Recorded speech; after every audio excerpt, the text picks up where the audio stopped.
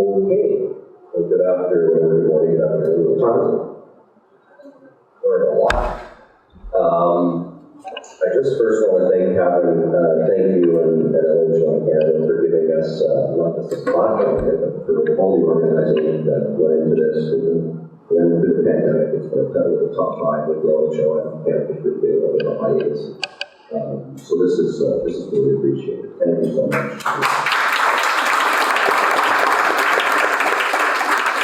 I just want to follow up too some of the work that Dr. Grissick was speaking about. I know my own, but we're into the introduction, I can tell you, seeing a low vision doctor, visiting balance, meeting with a psychologist or friends like Jada, Dr. Jada. These things all have an impact. I say it because I know firsthand it's had an impact on my life. I probably wouldn't be here if it wasn't for some of the support team of people that are here today and their respective organizations. It works, even though it's tough. It really does work. So we have Joe. Let's go loud. We got Joe, we got Vanessa, and we got Chaz. And the idea here is to just introduce everyone, get to learn some of the folks that are up here, and what we're up to, some of the experiences we've been dealing with, and the challenges. But first, I would like to start off with a joke. We all been sitting down, and we all get ourselves into funny situations because of our vision, right?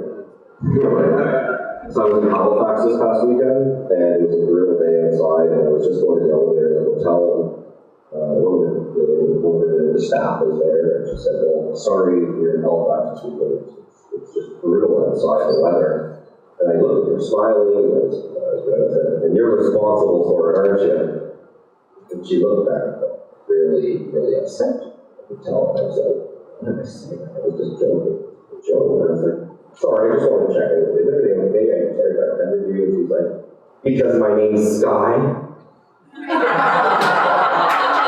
And I was just like, oh, this happens all the time. There's Sky, there's a name tag and anything. I was just trying to have a conversation. So life with LHON, right? Anyway, let's kick it off. Okay. So we got Joe, Vanessa, and Chaz. Let's start off by just introducing who we are. And maybe when we were affected by LHON, where we're located. Obviously, right now we're located here in this room. I mean, I don't know where we're from. And, I think one of the biggest things is what we're passionate about. And, so we'll spend a few minutes with each person, and we'll start with my right as well. Hello, my name is Joe Fornasier. I'm 19 years old now. I was affected with LHON when I was 10 years old. Probably one of the youngest. I don't know, is anyone affected younger than 10 in this room? No, I still haven't found anyone that was. So maybe one day. Yeah, that's fine. That's fine. So I'm 10 years old. I was playing rep hockey. Loved hockey. It was my life at that point. And everything else going on. Even like girls at that point or anything. It was just hockey, you know? They didn't care about anything. They didn't care about school. Boom! Had a trial. All my vision. 96%, 2 months. All gone. Doctor tells me I'll never be able to play hockey again. I lost hope. Kind of was angry at the world, angry at everything. And when I was 14 years old, I got invited to a tri-blend hockey session. And after not playing for 4 years, or stepping back on the ice, gave me that same passion, that same fire that I felt when I was 10 years old, when I was 3 years old, the first time I played. Like, getting back out there, gave me this new hope, this new light. And I want to share with everyone else kind of, no, there is light at the end of the tunnel. You know, there's good in every bad situation. And after figuring out blind hockey, I made my goal to become the youngest player on the national team. And at 16 years old, I was selected in the Canadian national blind hockey team. It's been awesome since then.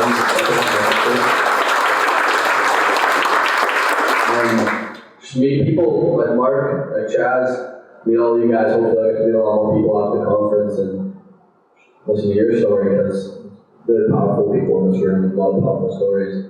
From Burlington, Ontario, by the way, people to speak about. Yeah. Thank you, Joe. And he's super humble, too, as you can tell, because there's so much we haven't told you about Joe yet. But, stays in the chest.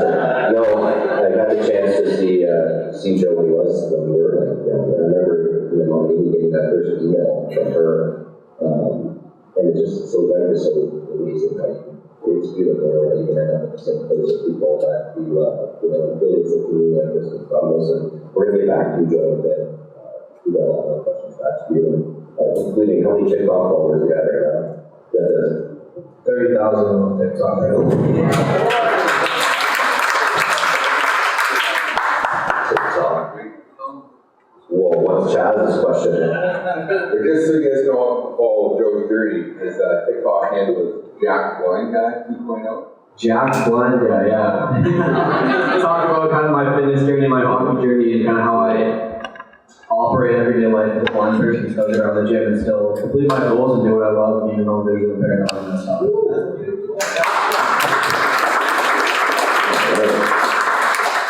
I'm sure I would love to be a Jack Blind Guy. Vanessa, we just got a chance to meet today. Nice to meet you. And really just want to opportunity just to introduce yourself to the group here and a little bit about yourself, where you're from, what you've been affected, and what you're passionate about. Thank you so much. It's nice to be here. It's my first LHON meeting. I want to just say quickly, I met someone who was affected by the age. Yeah, he's not here today, but he was so, is that good? Yeah, he's not here. So yeah, I'm Vanessa, my hometown is Ottawa. I was very successful. I did part-time, and I also lived part-time, and then I did teaching with baby. So, you moving parts. Before I was affected when I was 19, at the age of 8. So right now, 39. Or August 20. What can I say? Before I was affected, I was doing my PhD in art history and visual culture. I was a visual researcher. So focusing mainly on history, photography. I've worked in archives, I've worked in different museum collections, I've done visual research projects at the HEO, at the Image Center here at Toronto Metropolitan University, the Getty Museum in Los Angeles. So I worked with photography and photo collections in a lot of these different spaces. I've always been interested in how we receive images. And I've been teaching in the history of photography and the theory of photography, and I teach cultural workers and archivists. So I identify myself as an arts worker and an arts educator because through my PhD here, he's doing a lot of teaching. I still teach. I've still been working in the arts. I've been doing an all visual planning.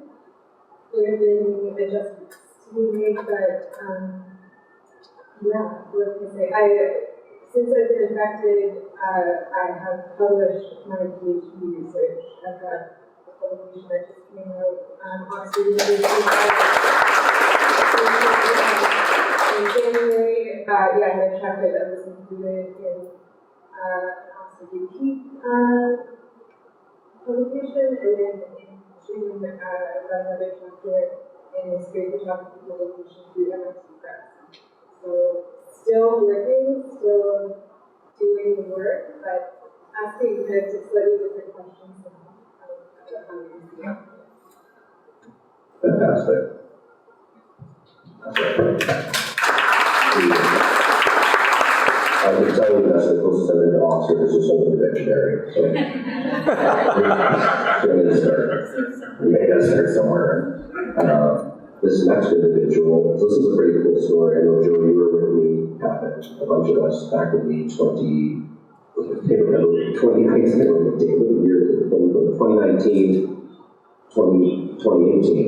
don't know, 2018 LHON conference in Ottawa. So Ottawa, we were there at the time, and we met this guy. And we just met him, and now we're all best friends with him somehow. And Chaz, so glad you're here. Really excited for to hear a little bit about you before we get to the next round. Hi, I'm Chaz.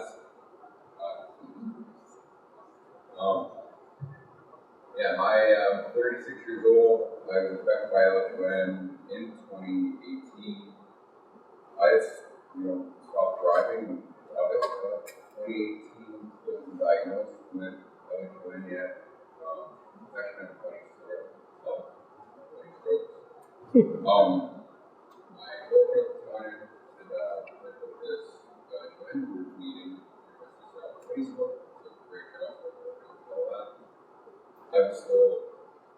much in denial about my sight loss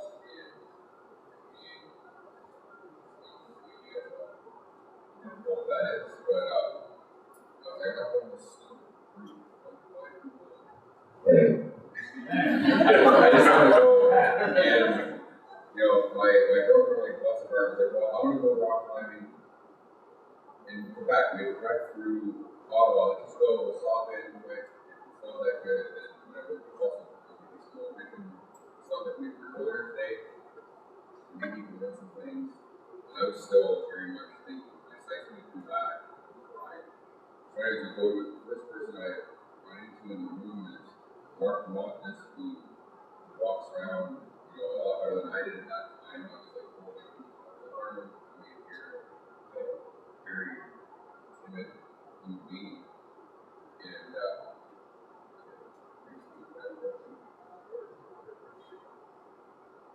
And he then says to me, all happy, I wasn't happy. Hey, do you play hockey? I was like, well, I used to, I can't anymore. Just because your eyes don't work doesn't mean your legs not working.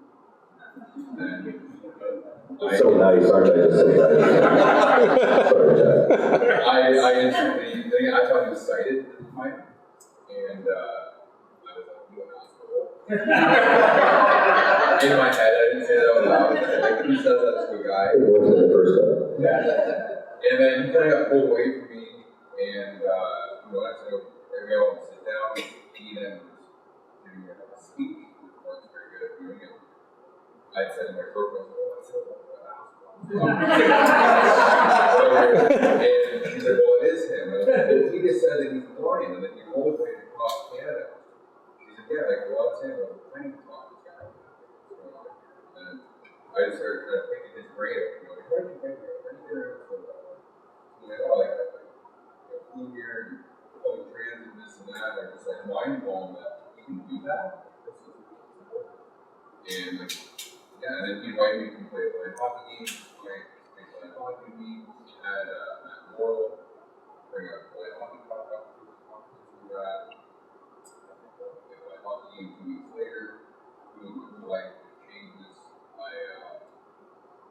know I mentioned walking here earlier. I met that girl 2 months prior to this. Like, well, I was very glad for that, and she had said to me, if you want to date me, you gotta learn how to walk line. That's all I like to do. So I then, I was in a Lexington mechanic, and then life was turned right upside down. I just stopped working in my place in Kitchener. Sorry, I'm born and raised in Scotland, Ontario. I then was like, yeah, sure, like, I'll move into a band with you.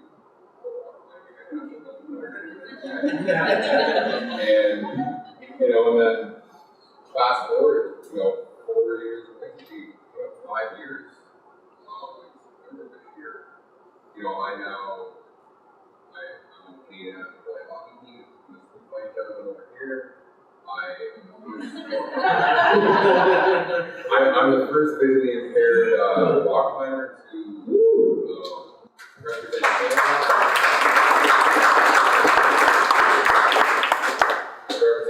In any international rock climbing events. I go compete again in Salt Lake City Tuesday next week. I competed in Europe and America before. I'm super grateful for my sight loss and the humbling experience it's taught me. I'm grateful for at first I was so upset about the 9 years of my sight that I don't have. And then I get to meet people who play on hockey that don't have any sight at all. And I'm just like, oh man, thank God I still have 10% sight. And I can still zoom in on things, I can still see what people are, I can see like detail, and then learn to appreciate what I did. Which is a very lesson in life that I had that experience, very dramatic, and sight loss really appreciate. And now, I've met so many great people from all over the world, Eric, all over the game. I'm involved in disabled athletes all over the world. It's truly amazing.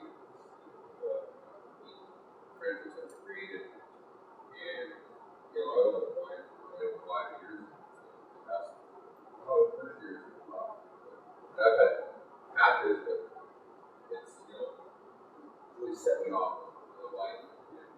You're literally moving mountains now. And I climbed quite often as well. And for that, That was amazing.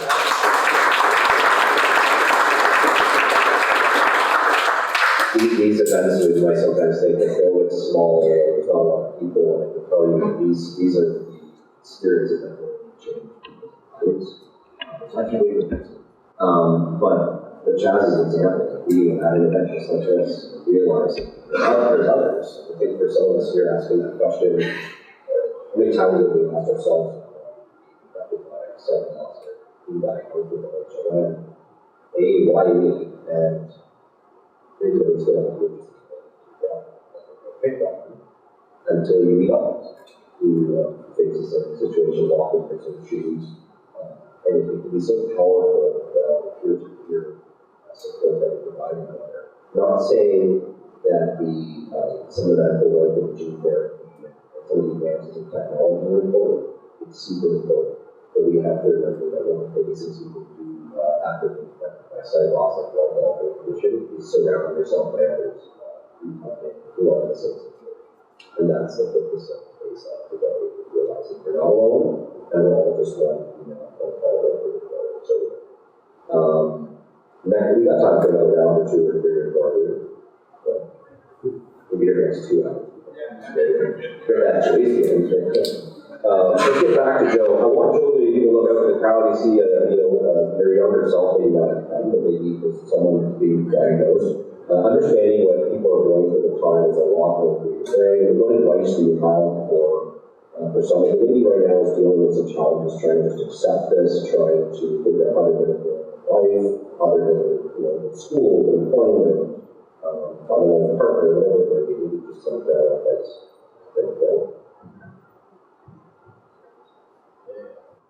So the nervous idea, holy smokes, there's wrench.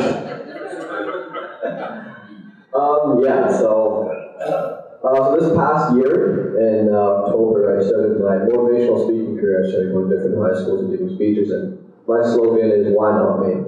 Why not me is because from those ages, 10, 11, 12, 13, 14, 15, I got picked on a lot in school, it's just a different kid, having a visual impairment, every day. I don't know if you guys have probably experienced this if you guys were visually impaired in high school, kids telling you, how many fingers am I holding up, or can you read this for me, guys calling you Stevie Wonder and Helen Keller and stuff in the hallways, it's tough, and every night I remember just saying, why me, why does this have to happen to me? And then one day, kind of a switch flipped, and it was why not me?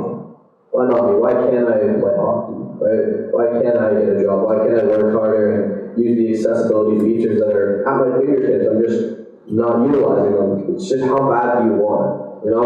Because there's a point in my life, I'm sure a lot of you guys have had this point in your life, and Chaz was talking about a little bit, maybe some of you guys are still right there. And it's that, you haven't accepted your vision loss yet.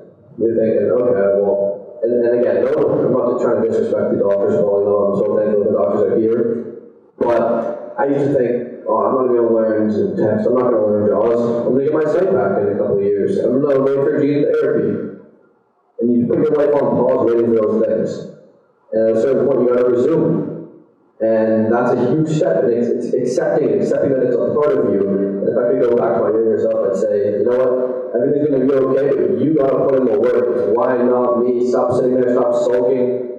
And the great thing is I don't just talk to visually impaired people. I talk to regular people, because once you have that why not me mindset about your visual impairment, it goes to so many more things in life. I guess an example for this is recently in December, I dislocated my shoulder playing hockey.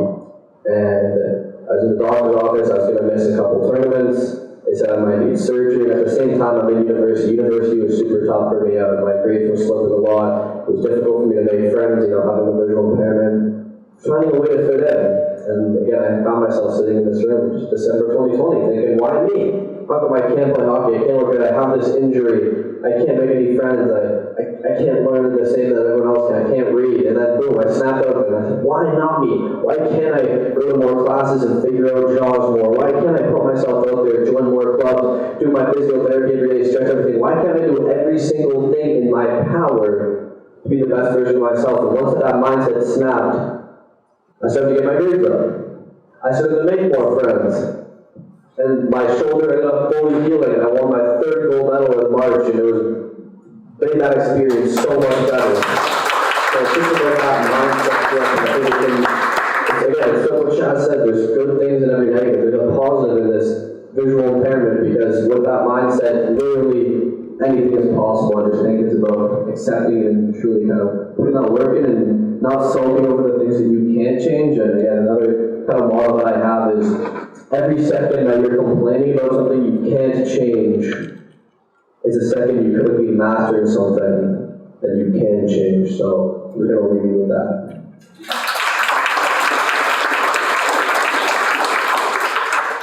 Why don't you speak during before games? I'd be so motivated. Jeez, I'd be, I'd skate through the glass if you spoke before. Wow. Get this kid hired. And to those of you who are meeting us for the first time, just know next year that we're doing, you're all going to be up here speaking, by the way, just saying to you. So you, especially you, totally just pointing now. Just you're in the back, I don't even know, holding the camera, you're up here next time too. All right. Vanessa? I think the biggest thing now, I know with one through, I think a little bit what you're learning about yourself through this, but also someone else, especially who thinks the visual, the surface, adapting. You brought up something earlier that said asking new questions. And I think that really stood out to me because asking new questions brings you up the journey learning more about not just yourself, but going forward around it. So maybe just a little bit about what you're learning about yourself, and maybe some advice as well for someone who's trying to find himself in some visual world transition.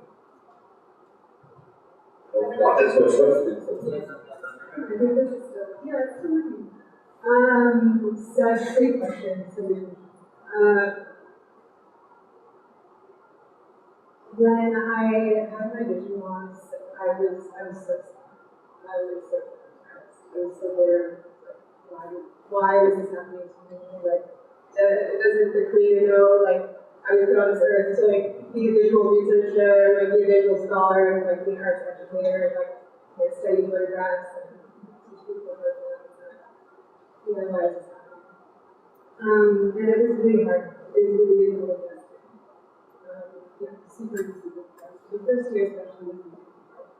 And the thing is, when you are a 35-year-old woman who suddenly starts to lose vision, and no one can tell her why, until 6 months later when the genetic testing comes back, people will give you all sorts of advice. So I got tons of advice from people. And most of it was,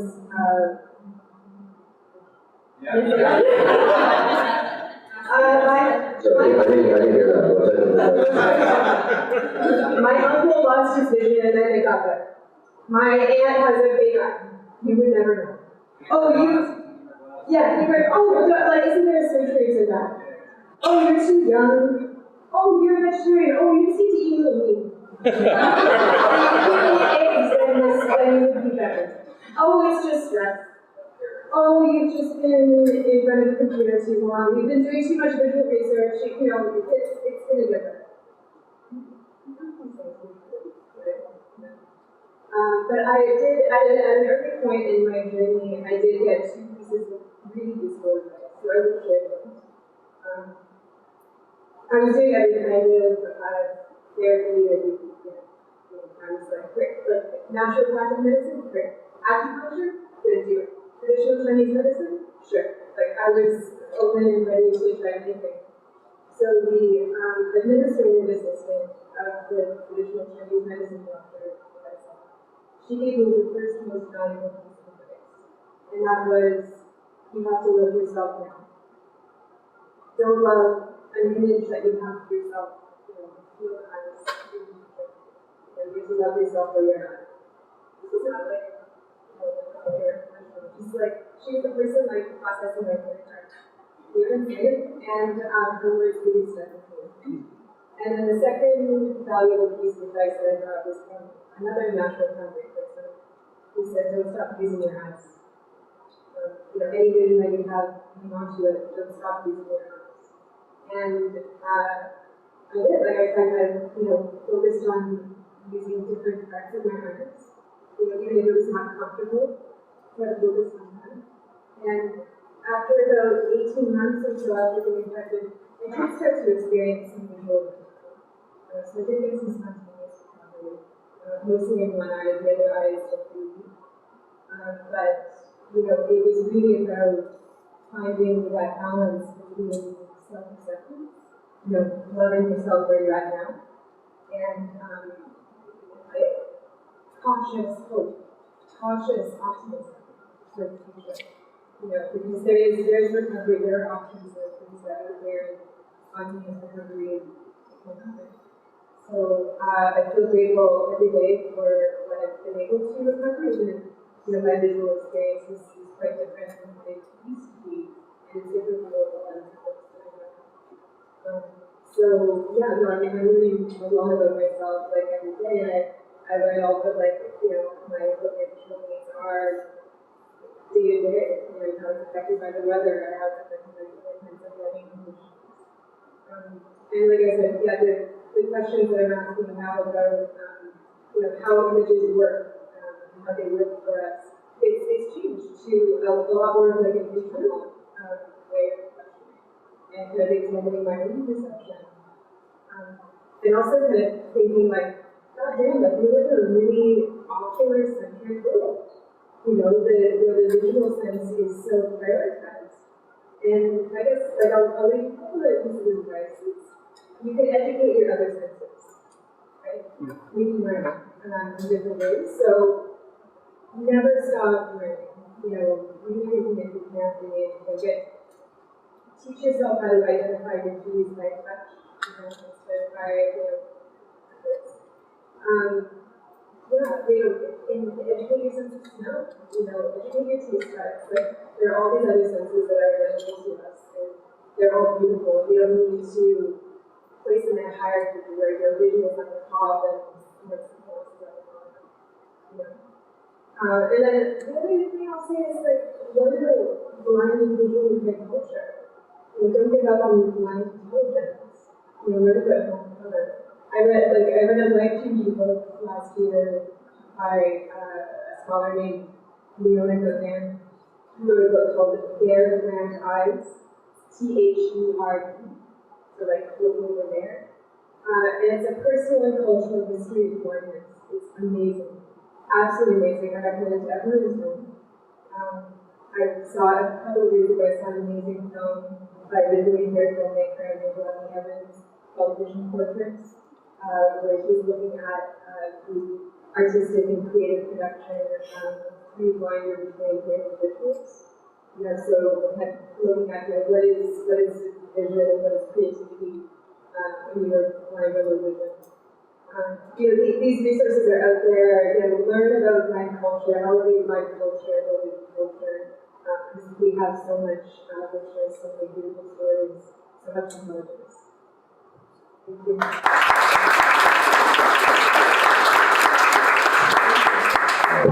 Vanessa's going to speak at the next conference too, that's for sure. That's amazing. Thank you. Wow. Chaz, life is a mountain. There are many people in here who are trying to figure out how they're going to climb this mountain. They're as intimidating as life can be, especially after you get faced with the diagnosis and such. What advice do you give folks here who are trying to literally get on that mountain? They're trying to continue. Most people want to turn the other way. I've had something so grand. What advice do you have to people who are trying to just get their first foot on that hill? Right. Well, the first thing that comes to mind for me is early on in my sight loss, I would always say, I can't do this, I can't do that. Excuses, limitations on myself. My sister, who's sighted, says to me, I can't. Starts saying, how can I?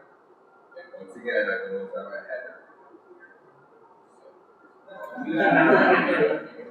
Giving me this unsolicited advice and this anger inside of myself. I then eventually, after a little time, was like, she's right. And I do enjoy eating, obviously, I'm eating. I I now, whenever I find myself saying, I can't do that, I instantly think, challenge accepted. How can I do this? And literally, my advice to you is say those words. You have yourself in a situation where I can't do this. Make it a challenge for yourself. How can I do this? Other than driving a car legally, the only thing I haven't been able to do. Hey, actually, I've met the captain of the American hockey team in Vegas. Tim Kane drives, and I've now met a second flight individual. Which I still am like, you guys are crazy. But yeah, my advice is that, and I really enjoy Vanessa, the educate your other senses. That people always ask me, oh, your senses heightened, this and that. The best way to answer that is, no, I just educated them. And I now rely on every person that way. I really appreciate hearing that because it's exactly what it is. It's me, on these other things. Oh, I listen to everything. I can tell who's walking behind you by the way they drag their foot or something. Yeah, it's like I'll go clean. Like someone around like notice that I don't sound like I'll turn around and and I'm like, oh man, you gotta have a shower. And then they'll be like, they almost think that it's true because they're like, how did you know this meeting? How about I leave that? Before I ever would have even paid attention.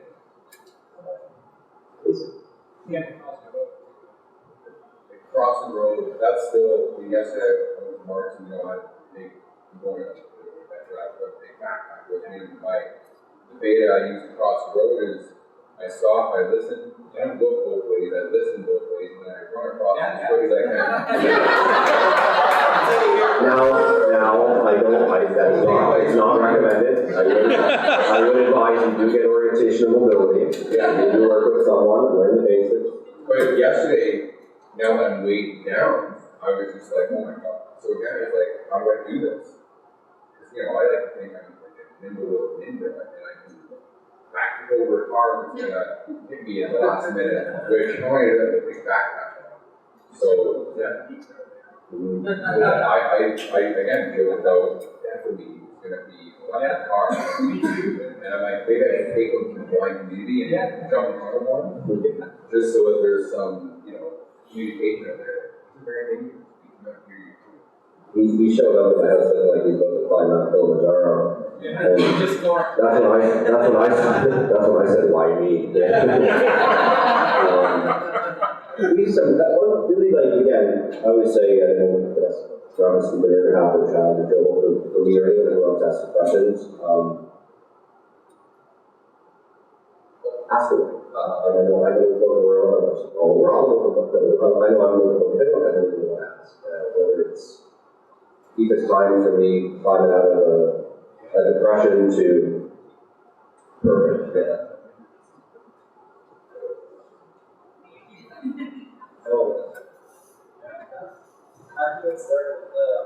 And if you are legally driving now with biooptics, is there still a possibility? How the hockey thing go? So I think we refer to the individual who's driving 10K, is that the guy?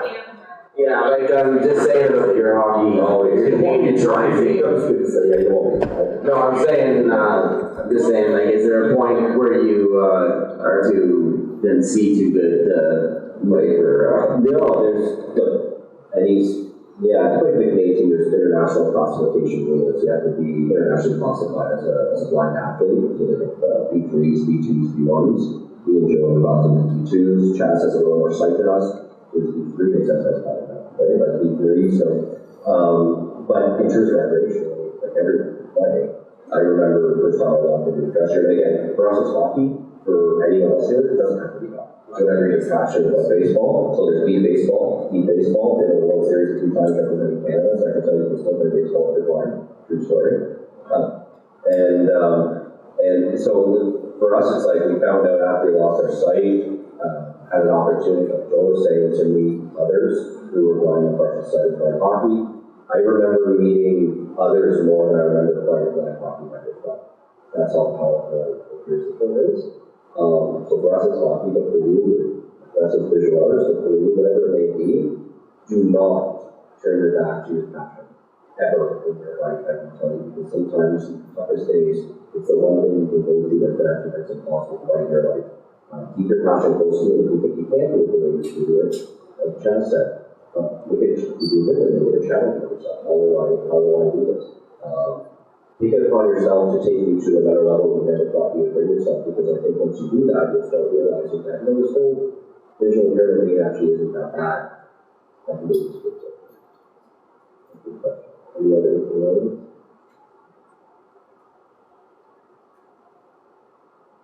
Well, again, ask away. One thing I would say, I know Kevin's been a big supporter of this, but like, let's not make this the only time we connect with one another and have LHON.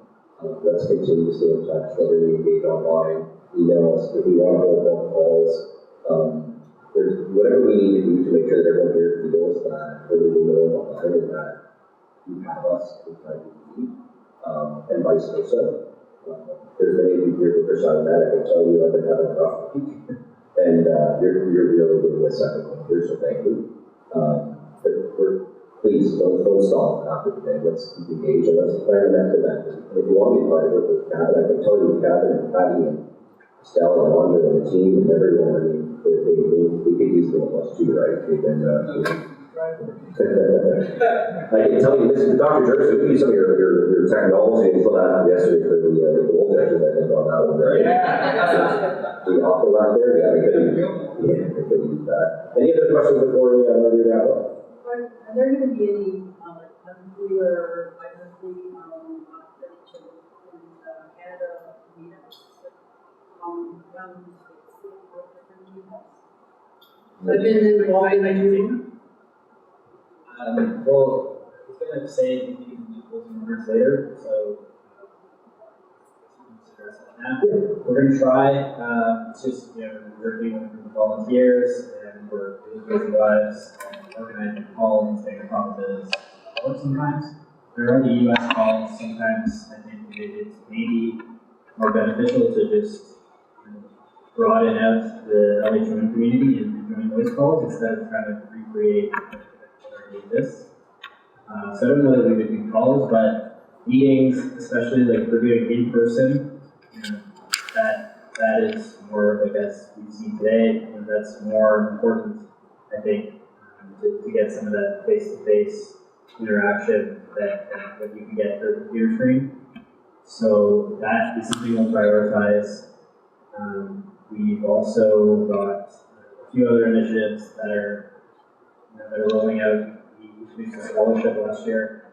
We're going to bring that back this year. So that's for anyone affected with LHON who needs funding for any kind of retraining, whether that's university, college, trades, anything.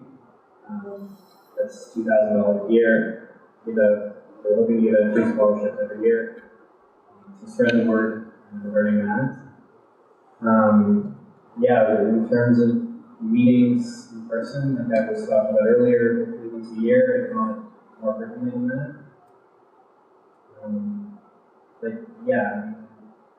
It's difficult too in Canada, it's a big country. Like we've done Ottawa, Vancouver, this meeting here in Toronto. We can only draw on people that are running meetings for one, and we draw on obviously.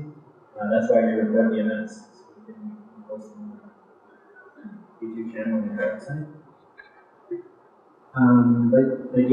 We're looking to provide support with the support that they want. So if someone wants more something, then they're able to do that. Thanks, Kevin.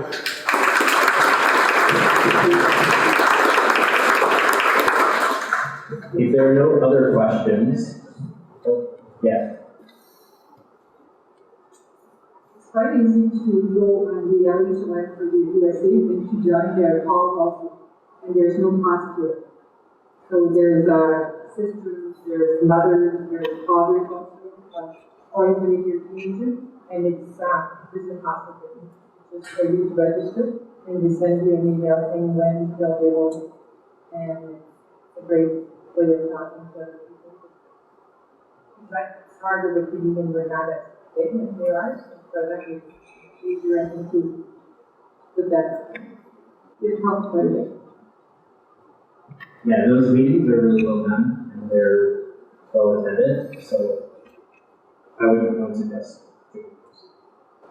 I have a question for Vanessa actually, because, you know, sports is a huge thing for me. You mentioned it, my community, when I meet with people, I feel like I do speak a lot about sports, and I really appreciate it well. I get that. Do you have any advice to someone who doesn't play sports, where they find that sports was for me the issue? I wouldn't be able to play if I didn't play my sports. Whether it be like, you know, hockey. You mentioned climbing mountains, like the Seal Avenue. There's a guy here, I admire, who's completely blind. He's climbing 7 tall peaks. Sitting on that We're in a little better shape than I thought. There's a book about that. Yeah, so again, like there's great humans out there, just crushing life, and it's like anything over time. I used to choose to go back, now I just go. But as for that other aspect of life that I'm not really involved in, could you maybe suggest something about that? I have this question. I'm not sure if I do a very good job at answering it because I just realized I don't really have much the community of like transport that I'm into the community in. Amazingly, as a person that mentioned just like a child of mine stroke who was diagnosed very young, he is my downstairs neighbor, and we were living in the same house. Actually, and like when I my diagnosis and that LHON Facebook group was like, oh, one mutual friend. And we eventually got talking, and it was like, we shared this condition. And we estimated it's like probably like less than $1 million to one Sean, but we should, just end up living in the same house. We by coincidence, he is affected at age 7, and I'm affected at age 51. But when we really shared this, like, we go on it's kind of like the box, like, we found it, over it. And I was the first person that did my foot. He's never been told it. And it gets some reasons for that person. Early in my journey, I was with how to put things into play, and I asked you to say at the time, I was looking to make it. It's supposed to be here. She had a child who was sick. Well, we had a coffee date together, and she was so generous with it. She spent like a couple of hours. Her generosity was just so lovely. It helps a lot to hear the stories and to share the story. In the absence of this, and then my friend Alan, who's a visual artist, her grandmother was 94, is almost totally blind. Her grandmother told me that I was her first visual connection. And so now we're friends, and we have a little book club together. So she loves audiobooks. I love the audiobooks. So I recommended the book to her, and she read it. I'll talk about it. So find people, find people you can, but also like just finally answer your question. I'd say it's kind of for me. It's been more about developing like that imagined community, and like getting in touch with the Black community through the books that we write, through the movies that we're making, through the artworks that we're making. I've learned so much about mind visually impaired creators through my journey, and I'm really grateful that I've had the chance to educate myself about this and to knock myself out of my quite like a visual centric platform that I was on before, because I've learned a lot more about culture. So even if it's people that you don't know, like you can read a book by someone who describes their vision journey or their visual knowledge journey, and there's a sense of like community there, even if it's just but yeah, like learning the stories. You know, stories for them. Then, like, also like to, some people have said it before too. Some people try. Yeah, they get it wrong a lot of times, but some people try. That's awesome. Thank you. When I first lost my sight in 2019, went to Florida, February 2020, and like you were saying about the American LHON site or whatever, I actually have a cousin, John Knox, that lives in the States, and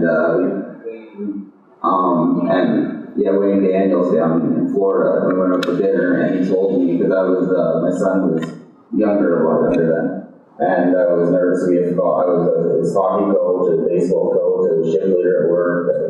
I've got a charger, a motorcycle, their bike, and snowmobile. I went from that to not be able to see your feet.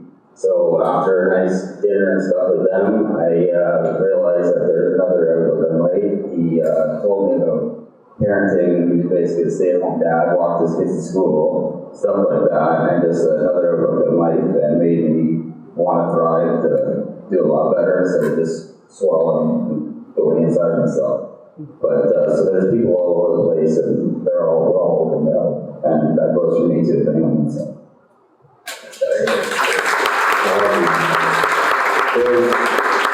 There's a dad, there's a new dad here too, Kevin, Chaz, the dad. I can say this to you, no matter how much life and wherever I travel, I one day want to be a dad, so I'm going to be calling you, I can tell you this. I'm going to be calling you because I'm going to be asking you for advice. And we need to be there for each other, however we can, so I'm glad you brought that up. Thank you. The only guy in his class that he knows that or he's the only kid in his class who's like that. Yeah, probably. Should be. Another thing I was asking Vanessa things to do, there's we all just still walk. There's a guy, Tyson Reddy, he has LHON. I just had the privilege of going out back to skiing with him and trying to go on 50 miles from LA, who's also in our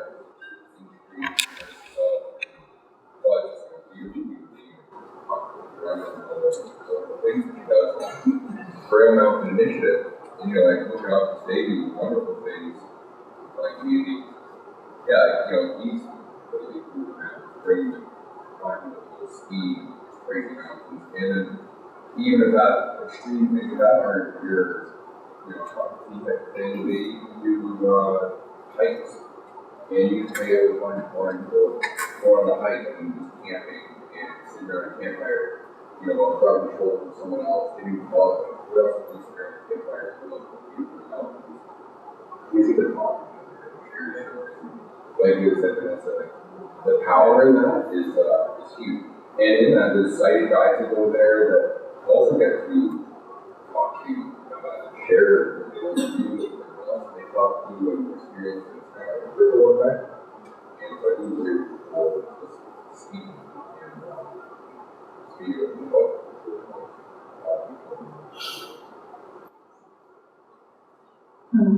This is Monica, my friend.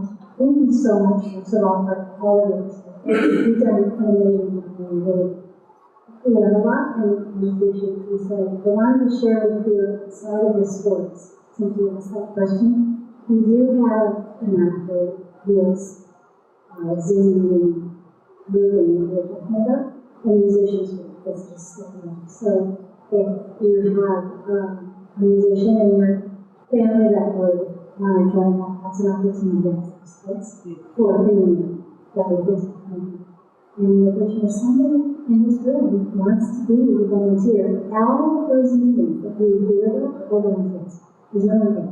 So if you want to be the volunteer facility, the version of that, you can certainly be into the planning and training. So it's a possibility to have the original Canada a community more than just the meetup and personal touch. So the time between getting to see them. And that's the restaurant that we come to. North Carolina, at the very end of June, in July, the US based. Where in North Charlotte from together 10:30 to 11. So if we could get them to them with in-person experience, it's kind of nothing important. Is there anyone from here coming? Right now, I'm going, Here, we're coming. I just want to wrap things up. We can discuss, and I think we've got another 25, 30 minutes or so. Grab a muffin or coffee before cleanup crew really needs to clean this place up, because when we arrived this morning, it did not look